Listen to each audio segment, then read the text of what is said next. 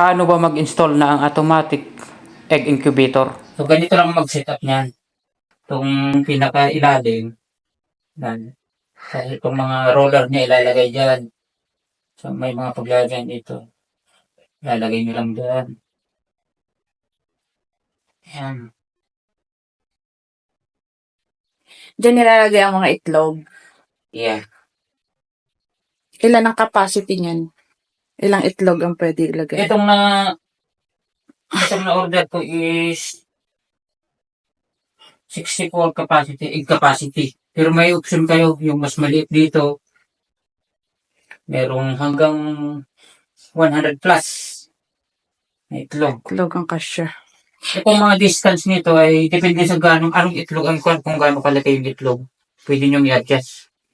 Pwede nang hindi ilagay lahat eh. Yan, lagay nyo lang yan.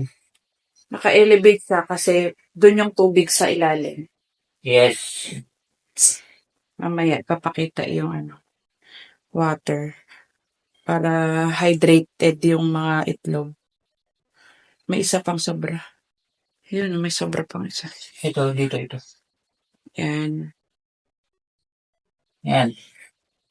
Tapos, itong kanyang chassis. Ito madali lang, pakita mo to. May mga araw-araw na dyan. Yan, tinernelyo lang yan. Tinernelyo ko lang mga yan, yung side. Yan, darating kasi yan, hiwalay itong side. So, Kayo na ang mag-assemble niya. i-assemble mo lang, i-tornilyo lang mo yan. Dito. May manual ba yan? Pagbili? Oo, may manual na rin to. Then, nalalagay niyo dito. Collected. Yan. Yan. Yan. Ganyan lang pag-assemble, guys. Hintad ka lang. Ganyan. Yan. Ilabas Itong nyo ang mga wire. ilalagay natin din sa loob. Sa loob. Yan. Then, ito yung para umikot tong ruler, kailangan i-connect natin tong ito. Ilapit mo nga. Madali lang naman kahit nakikita mo, i-connect mo lang yan. Yan, connect nyo lang siya, guys. Nakakonect yan. Para kapag sinaksak mo, automatic na iikot na itong ruler para iikot yung mga eggs pag nag-incubate. Then, yan lang. Tapos ito yung dalawang dual power kasi ito kapag Brown out. pwede Sa kang gumamit battery. ng 12 volt yung baterya. Sa 12 volt. battery. Papasok mo lang dyan. Dito May pala. option kayo. Yan, tapos ikaw mo sa Pag may battery. Yan. battery. Tapos, Ito, pwede naman ito sa naman kuryente. natuto ito sa saksakan na regular na saksakan. Ikaw mo lang dyan. Sa kuryente na to. Tapos, saksak natin sa yan. Titignan mo yan. Antayin natin yan na mag-neutralize. Ang default setting nitong incubator ay 37.5.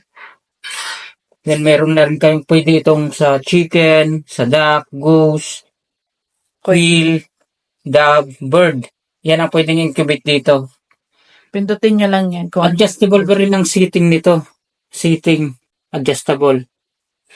O, tignan naman to. May mga features din siya. Kung ang power. 100 watts. Then, itong automatic water refilling natin, ito yan. Magkakahuwalyan na lumating. Yan. Ganito lang i-kokon lang natin dito sa ganito ko. Kakabit lang natin ito. Yan. Merong kon dito. May May butas dyan. Papasok Butas. nyo lang yan. Dyan ilalagay yung water. Yan. 3 yan. Papasok yung water dun sa loob para ma-moisturize. Tulog pa. Tapos ang mga kon lang normal na Coke. butas ng coke o pwede yung malaki. Bottle. Pero sa akin, yung maliit lang. Para, yan. Ilalagay lang dyan.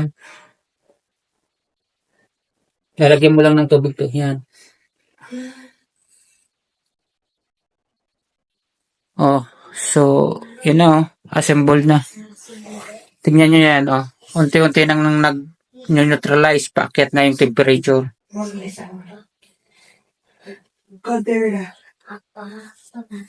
Yan yung ating ko ano.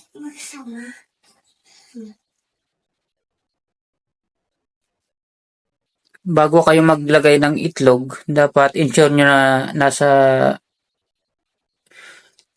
nag-neutralize niya. Nandun na sa default setting temperature. Yan o, pakyat. Naging 32 na. Hanggang 37.5 yan. Yan ang default setting. Pero pwede nyong adjust yan. May nakalimutan pala ko ito. Ito, screen. Ginagamit ito pag yung malapit nang mag-hatch yung mga itlog. Ilalagay nyo lang dyan. Dito.